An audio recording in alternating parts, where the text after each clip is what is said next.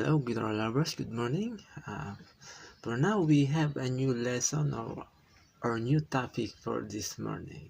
So before we start, I hope you are subscribed to our channel, Askit TV, Guitar Lovers, and Sergio Garcia on Facebook. So our topic for today is about the two variation of E guitar chords, wherein we are going to studying formula. So we have to start in E minor add 9. E minor add 9, if you don't know the E minor add 9 guitar chord and formula, this is the E minor add 9.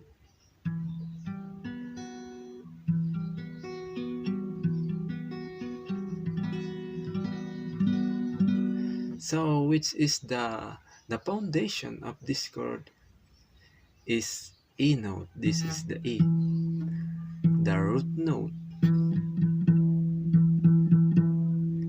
and the minor third is the G note, and then the perfect fifth, the B note, and then the major 9, this is F sharp. This is the formula of E minor add 9 guitar chord. E, G, B, F sharp. E, G, B, F sharp. This is the formula of E minor add 9. And now we are proceeding to E add 9.